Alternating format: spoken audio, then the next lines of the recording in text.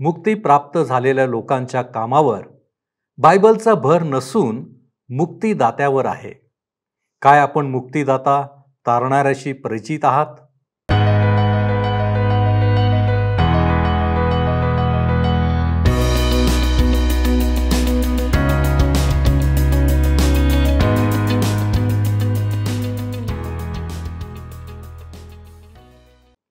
सर्व सृष्टीचा निर्माण करता परमेश्वर याच्या नावाला मान, महिमा आणि गौरव सदा सर्व काळ असो. उपासना कार्यक्रमामध्ये आपले हार्दिक स्वागत. प्रियानो, आपण रूथ या पुस्तकाचा अभ्यास करीत आहोत. आपण पाहिले की परमेश्वर कशा रीतीने त्याच्या लेकरांची सोडवणूक करण्यास तयार आहे. नामी आणि रूथ यांच्यावर परमेश्वराची कृपा कशी होत आहे. नामीची इच्छा होती की बोआज याने रूथ बरोबर लग्न करावे.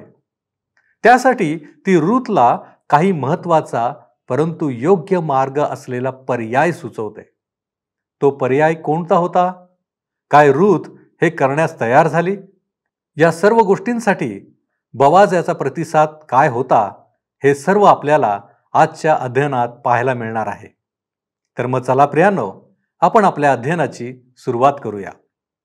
श्रोत्यांनो, ह्या दिवसांमध्ये आम्ही रूथच्या पुस्तकावर विचार करीत आहोत आणि 3 अध्यायाच्या पहिल्या 3 वचनांवर आम्ही विचार केला. आम्ही 4 गोष्टी पाहिल्या होत्या ज्या नामीने रूथला करण्याकरिता सांगितल्यात आणि त्या 4 गोष्टी 3 वचनामध्ये आम्ही पाहिल्यात. पहिली गोष्ट की तू स्नान कर आणि स्वतःला तेल चोळ.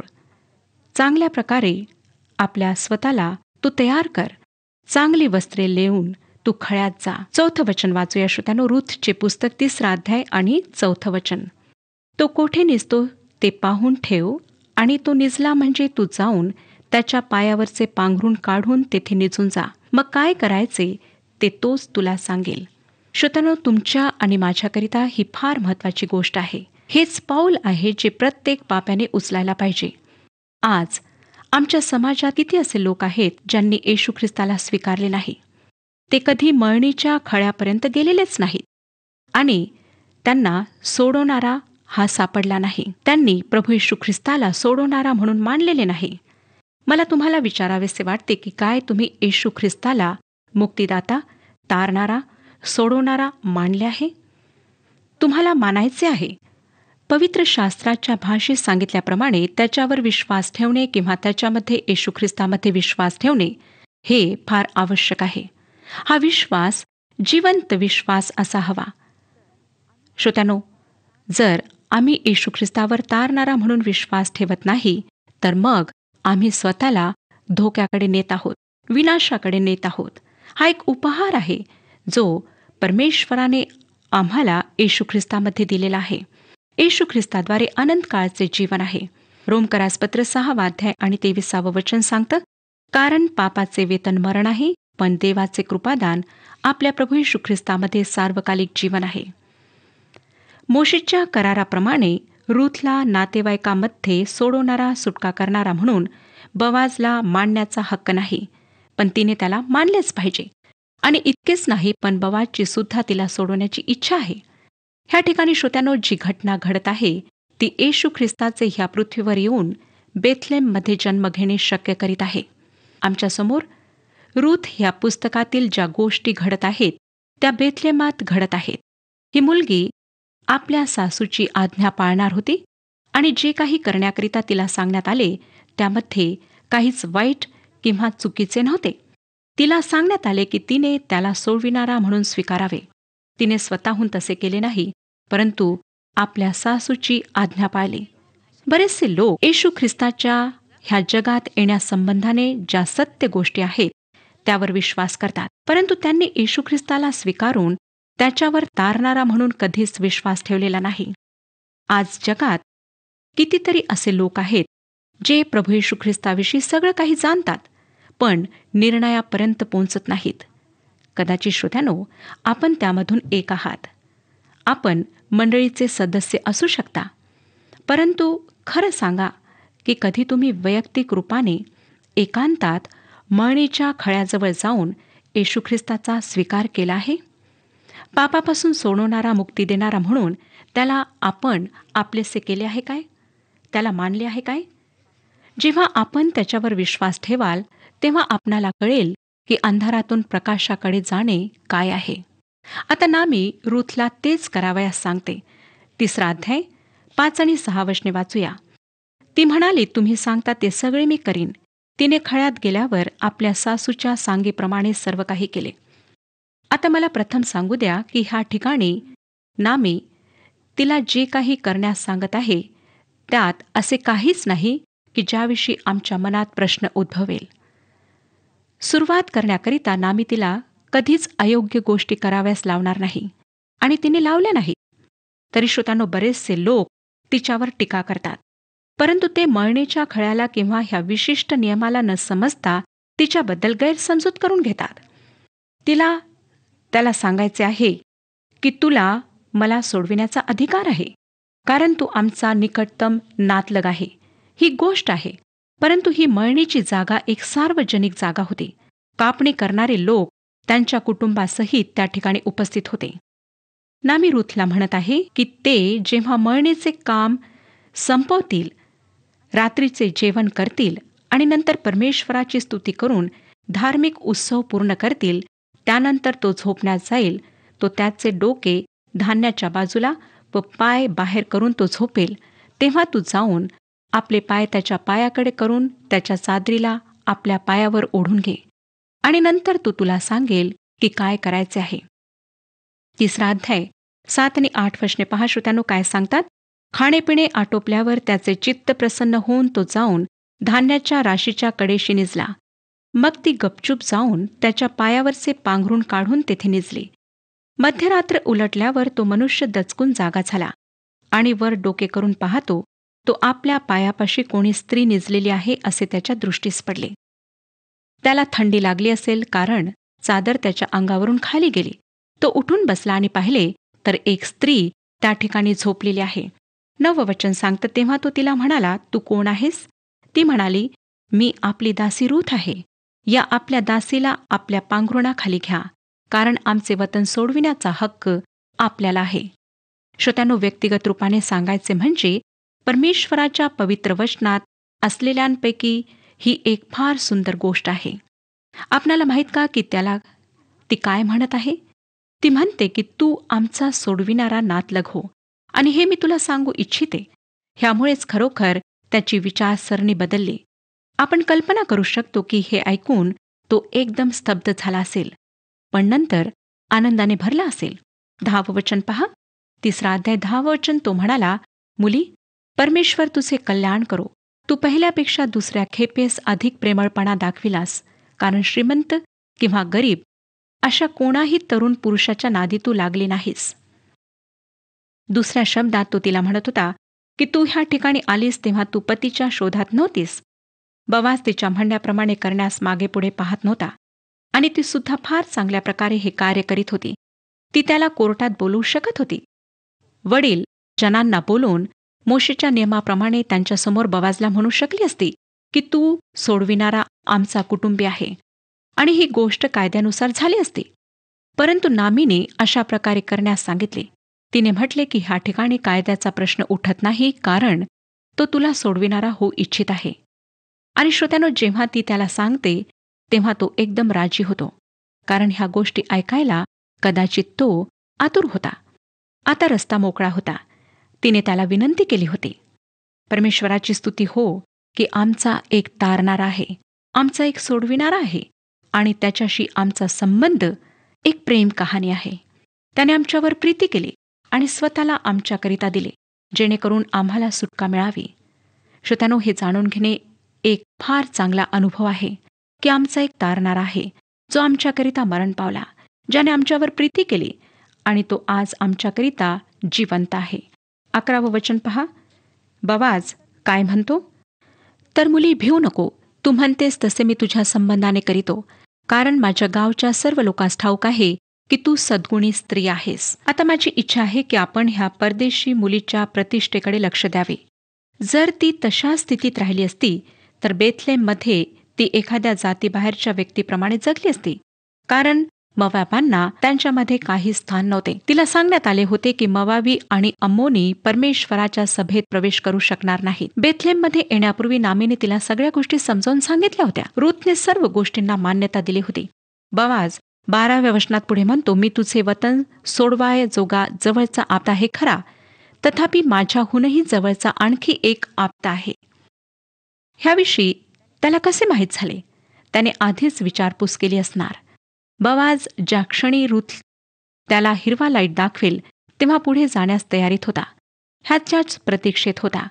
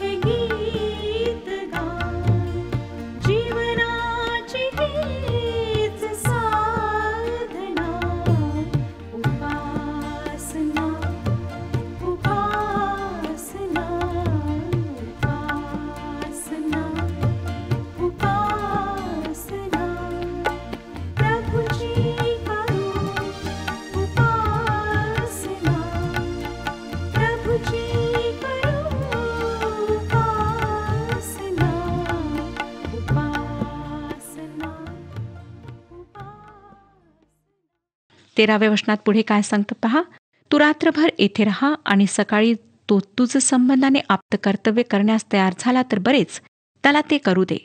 पण तुझ्या संबंधाने आप्त कर्तव्य करण्यास तो कबूल झाला नाही तर परमेश्वराच्या जीविताची शपथ मी ते करीन, सकाळपर्यंत निजून राहा. ह्या ठिकाणी आम्हाला आढळतं की पुन्हा पुन्हा गोयल ह्या शब्दाचा वापर झालेला आहे. जो कोणी त्यांची संपत्ती सोडवेल त्याला रुथला सुद्धा सोडवावे लागेल, कारण जे काही तिच्या पतीच्या हिस्स्याचे होते ते तिचे होते.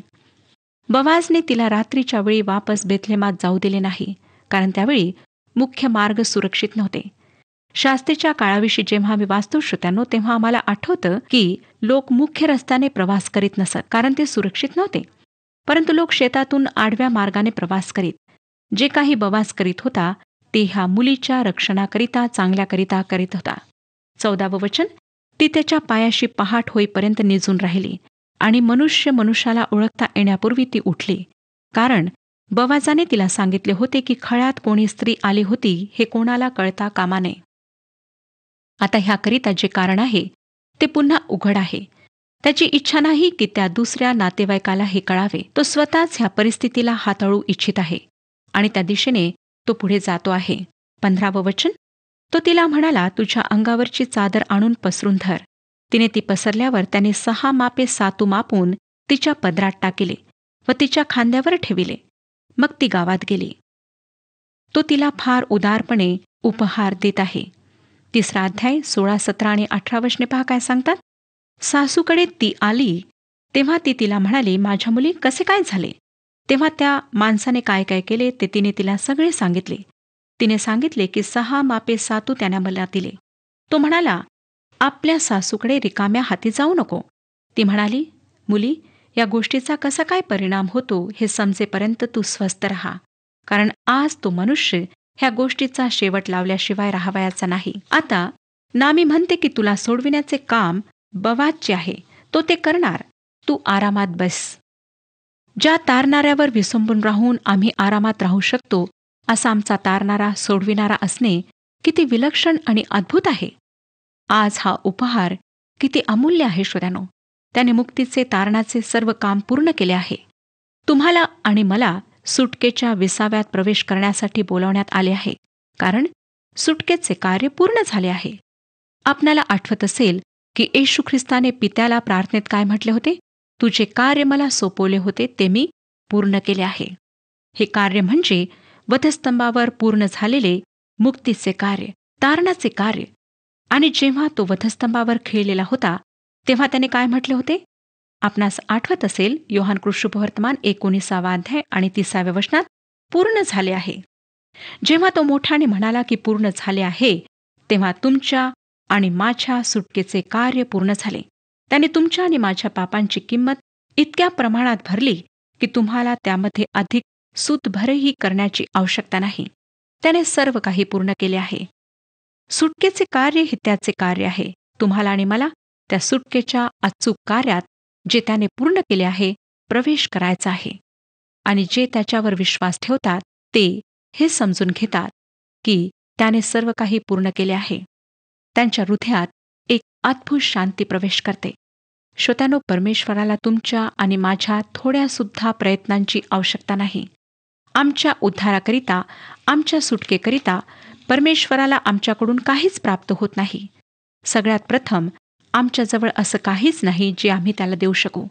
आम्ही अगदी कंगाल आहोत. तुम्हाला आणि मला सर्व काही प्राप्त करण्यास त्याच्याजवळ यायचे आहे. मला वाटतं गलतीकारास पत्रात पौलाने जे म्हटले ते क्रूसाच्या बाबतीत लोकांचा जो एक समज आहे त्याबद्दल आहे. कारण आज बरेचसे लोक स्वतःच्या चरित्राबद्दल, त्यांच्या कुटुंबाबद्दल, मंडळीच्या सदस्येबद्दल बोलणे पसंत करतात. त्यांना वाटतं की मंडळीची सदस्यता उद्धाराशी, तारणाशी संबंधित आहे, समानार्थी आहे.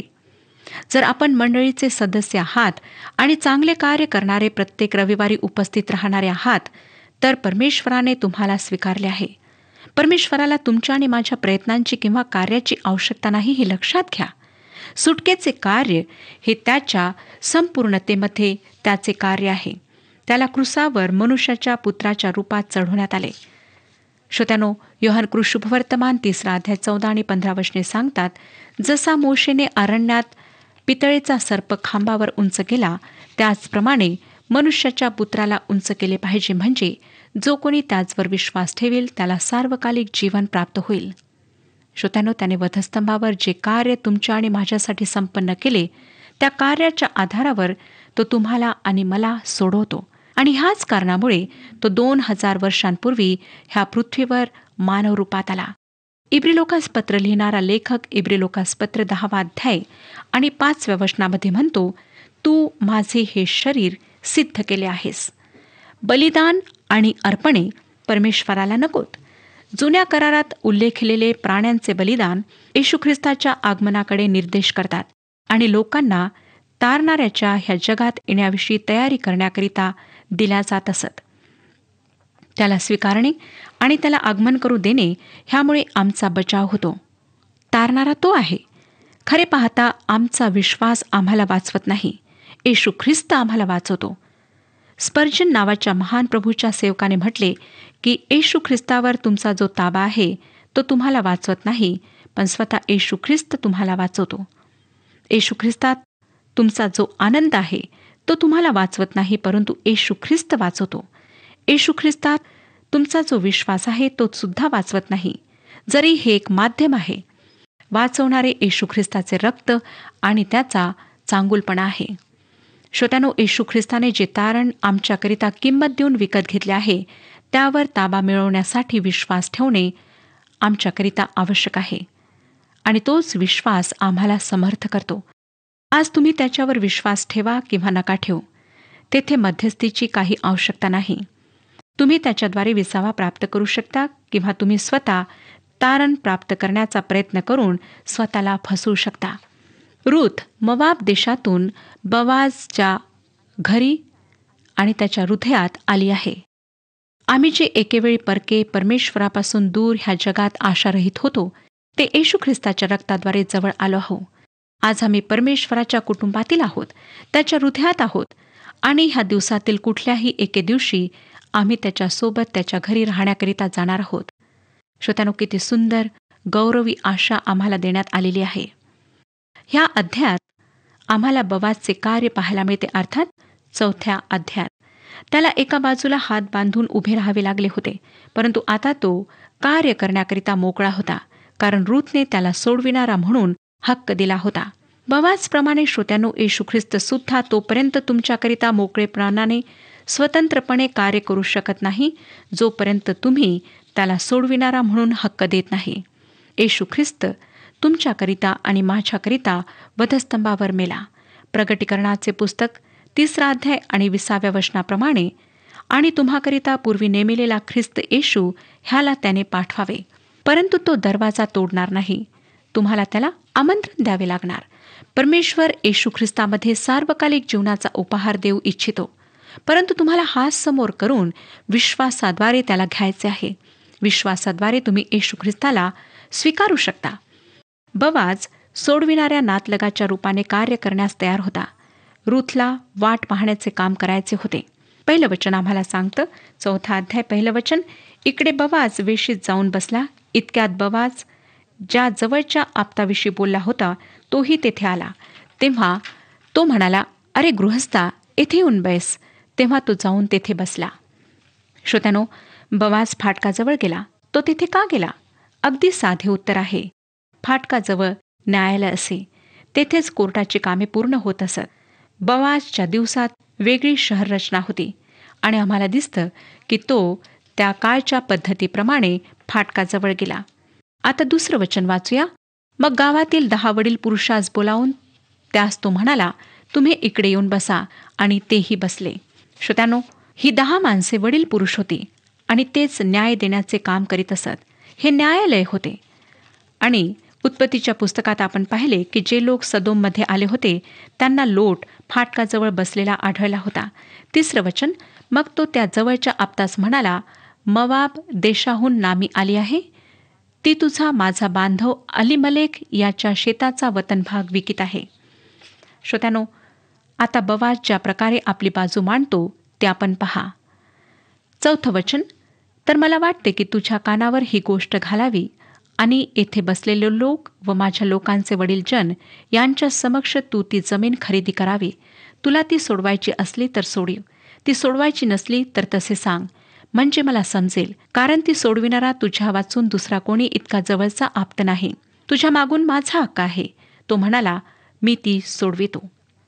दुसऱ्या शब्दात ह्या माणसाचा जो पहिला हक्क आहे तो बवाज त्याला देत आहे.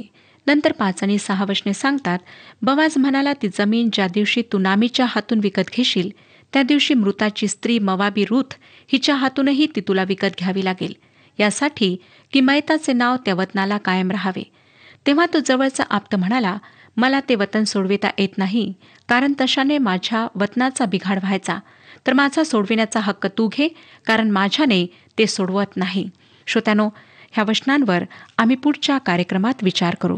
परमेश्वर आपणा सर्वांस आशीर्वाद देऊ.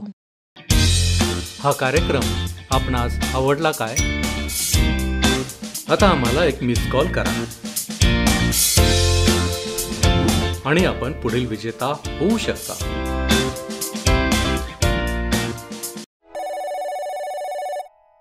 प्रियानो, आज आपण सोडवणूक करणारा किती महत्वाचा आहे हे पाहिले आहे. नामी आणि रूथ यांच्या कुटुंबाचा नाश होण्याचा धोका बोआजला खरोखरच समजला आणि म्हणूनच हे कुटुंब नष्ट होऊ नये म्हणून रूथसाठी एका उद्धारकर्त्याची जबाबदारी घेण्यास त्याला उत्तेजन मिळाले. होय, आम्ही आमचा तारणारा, आमची सोडवणूक करणारा यावर विश्वास ठेवला पाहिजे. यातच आमचा फायदा आहे. परमेश्वर आमचे कधीही नुकसान करीत नाही. प्रियांनो, आजच्या अध्ययनाचे सार म्हणजे आमचा पापामध्ये नाश होऊ नये म्हणून ख्रिस्ताने त्याच्या पवित्र रक्ताद्वारे आम्हाला शुद्ध केले आणि केवळ आमच्यावर प्रीती असल्या कारणास्तव तो आमचा उद्धारकर्ता झाला, तारणारा झाला. काय आम्ही रूथप्रमाणे त्याच्या खळ्यात जाण्यास तयार आहोत? काय ख्रिस्त आमचा सोडवणारा आहे हे आम्ही ओळखलेले आहे? आपण प्रार्थना करू. आमच्यावरती प्रीती करणाऱ्या आमच्या महान प्रेमळ परमेश्वर देव बाप्पा, तुझ्या प्रीतीच्या द्वारे तुझा एकुलता एक पुत्र प्रभू येशू ख्रिस्त तू आम्हाला दिलास, की जेणेकरून प्रभूजी आम्ही पापामध्ये अडकून राहू नये, तर तू आमचा उद्धार करता व्हावा, तू आमचा सोडवणूक करणारा व्हावा. होय प्रभूजी, या गोष्टी तू आम्हाला दिलेल्या आहेस. आम्ही तुझ्या नावाला धन्यवाद देतो. तुझ्या नावाची आम्ही स्तुती करतो बापा. खऱ्या अर्थाने प्रभूजी, आम्ही कोणीच नाही, आम्हाला कोणतंच मोल नाही, परंतु केवळ तुझ्यामुळं आज आम्हाला मोल प्राप्त झालेलं आहे. प्रभूजी, आम्ही हे मोल ओळखण्यास तुझ्या चरणापाशी आलेलो आहोत. प्रभूजी, तू आमचा स्वीकार कर आणि तुझ्यावरती प्रीती करण्यासाठी तू आम्हाला सहाय्य कर. जो तू आमचा मुक्तिदाता, तारणारा, त्या तुझ्या गोड आणि गौरवी नावात ही प्रार्थना करतो म्हणून तू ऐक. आमेन. विश्वासात स्थिरावलेले व आढळ रहा. प्रभू आपणास सहाय्य करो.